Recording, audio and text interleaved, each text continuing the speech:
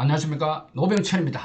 이순신은 천국에 있을까 궁금하시죠? 네, 많은 분들이 궁금해서 저에게도 질문을 많이 해오고 계십니다. 저는 나사렛 대학교에서요 신학부 교수를 했고요 부총장을 했습니다. 제 정체성을 우선 말씀을 드립니다. 그리고 영화 명량 보셨죠? 제가 자문을 했습니다. 수많은 곳에서 지금도 이순신에 대한 강의를 하고 있습니다. 이것이 이순신 장군이 직접 쓴 난중일기입니다.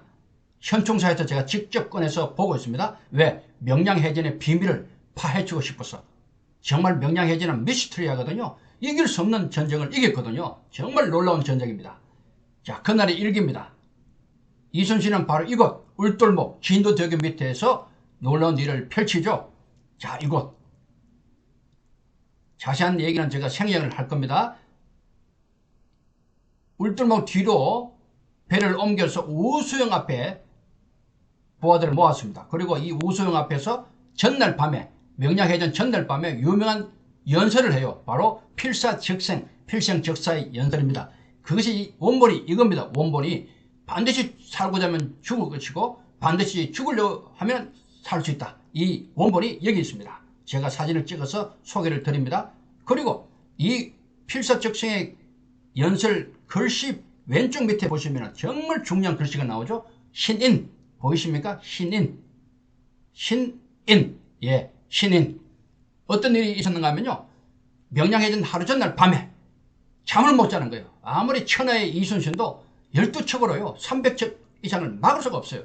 그러면 조선은 끝나거든요. 조선은 얼마나 고통스러웠겠어요. 그때 꿈속에 신인이 나타난 거예요. 그래서 이렇게 말합니다. 여차적 대첩이다. 이렇게 하면 크게 이긴다. 그리고 또 한마디 더 했어요. 여차적 취패운이다. 이렇게 하면 진다. 자, 여러분 무엇을 선택할까요? 당연히 이긴다를 선택했을 겁니다. 왜냐하면 같은 상황에서 무엇을 선택하느냐가 중요하거든요. 분명히 이순신 장군은 전자, 이렇게 하면 크게 이긴다를 선택하고 용기를 가졌을 거예요. 야, 이길 수 있구나. 신인이 나를 도와주는구나. 신인. 결국은 이 신인 때문에 놀라운 승리를 거둡니다. 이 신인 과연 누굴까요? 저는 기독교인이기 때문에 당연히 하나님으로 믿습니다. 여러분은 누구라고 믿어요? 저는 하나님이 우리나라를, 지금 대한민국을 위해서 그 당시에 이순신의 꿈속에 나타나서 신인의 모습으로 나타나서 도와주셨다고 믿거든요. 중요한 얘기입니다. 자, 신인.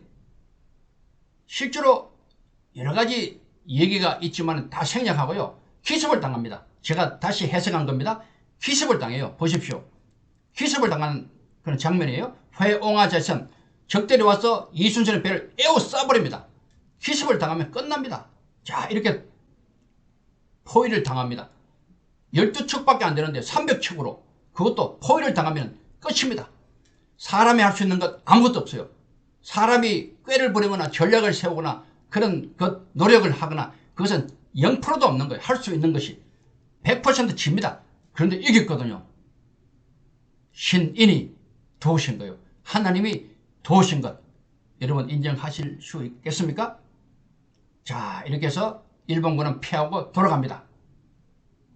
물론 이 명량해전의 승인은 딱 두 가지로 나눌 수 있습니다. 첫째는 이순신 장군이 했던 탁월한 리더십, 무시할 수 없습니다. 반드시 맞습니다, 이건. 그리고 신인의 도우심, 하나님의 도우셨다는 겁니다. 그렇지 않으면요, 그 상황에서 절대로 이길 수 없습니다.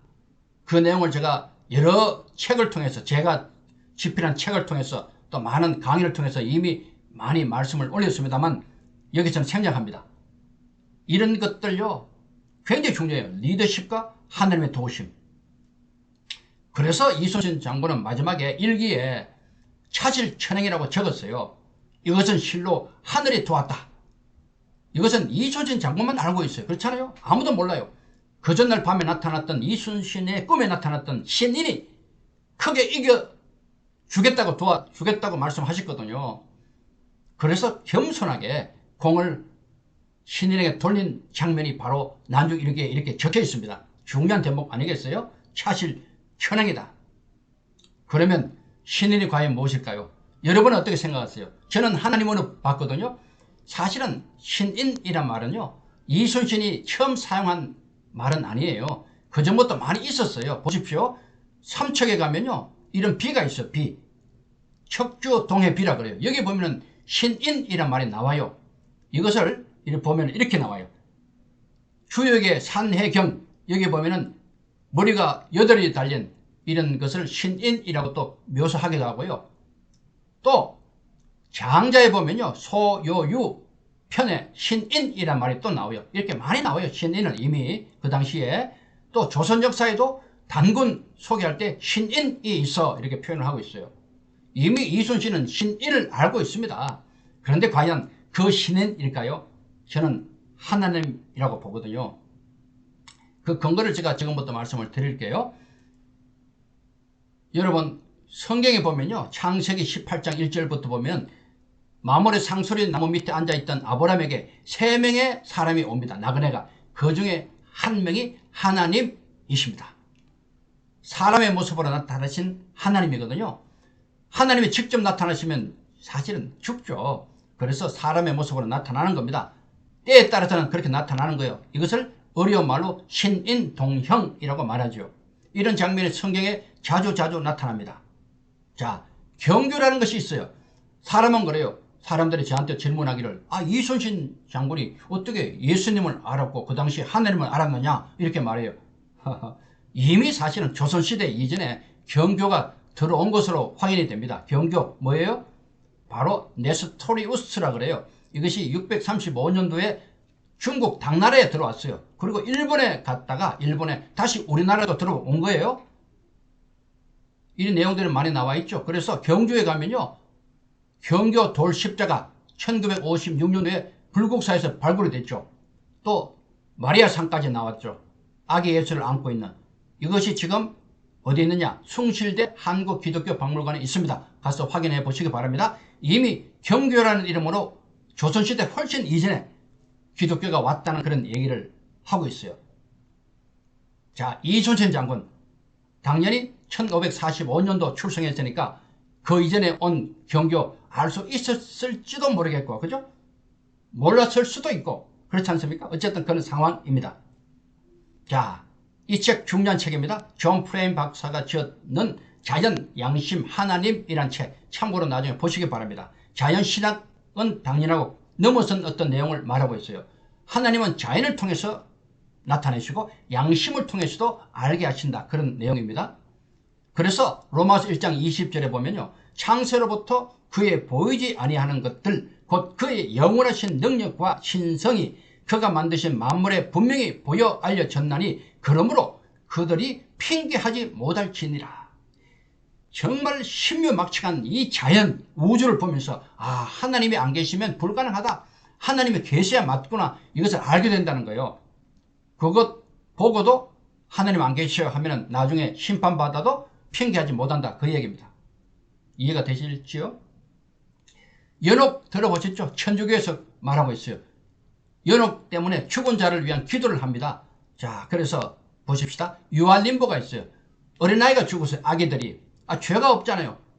지옥 가면 억울하잖아요. 그래서 유한림보의 연옥 같은 데는 우선 놔둔다는 거죠. 그리고 선조림보, 이순신같이 착하게 의롭게 산 사람들 죽었어요. 그냥 지옥 가기 억울하잖아요. 그래서 선조림보에 넣어두는 거예요. 잠시. 그리고 이 땅에 있는 사람이 계속 이들을 위한 기도를 하면은 천국 간다. 이것이 그들의 연옥설입니다. 과연 그럴까요? 그래서 근거를 이런 외경에서 찾고 있어요. 신부들이 이런 얘기를 계속 하고 있어요. 가르치고 있어요. 그리고 이런 연옥과 또 선업, 착한 행실까지 같이 얘기합니다. 착한 행실. 그래야 구원받는다. 이것이 천주교입니다. 받아들이기가 쉽지 않습니다. 천주교의 연옥설, 저는 철저하게 부인합니다. 저는 있을 수 없는 얘기라고 생각합니다. 말도 안 됩니다. 사람이 죽으면요, 지옥 아니면 천국입니다. 예수님이 그래서 돌아가신 겁니다. 하나님이신 예수님이 우리를 대신해서 십자가에 돌아가셨습니다. 이 어마어마한 일을 생각하셔야 됩니다. 만약에 예수님이 돌아가셨는데 우리가 이 땅에서 죽은 자를 위한 기도를 한다고 해서 지옥 갈 사람이 천국 가고 이렇게 된다면 예수님의 십자가 죽음은 아무런 의미가 없는 겁니다. 이해가 되십니까? 하나님이신 그분이 우리를 대신해서 돌아가셨다는 것은 그것으로 모든 것이 결정되는 겁니다. 어마어마한 일입니다. 이 땅의 사람들이 뭐라고 연옥에 있는 사람 있다 치도 그 연옥에 있는 사람들에게 기도했을 때 천국 갑니까? 말도 안 되는 것이 바로 연옥입니다. 여러분 꼭 아시기 바라고요. 그래서 예수님이 이런 말씀을 하셨습니다.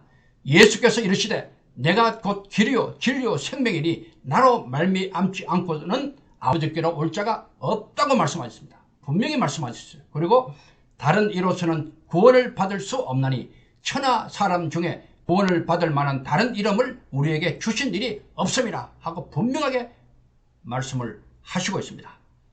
그렇다면 마지막 결론입니다. 이순신 같이 세종대왕 같이 정말 훌륭하게 살았던 사람들이 죽었다. 어디로 갈 것이냐? 저는 이 말씀으로 답을 대신합니다.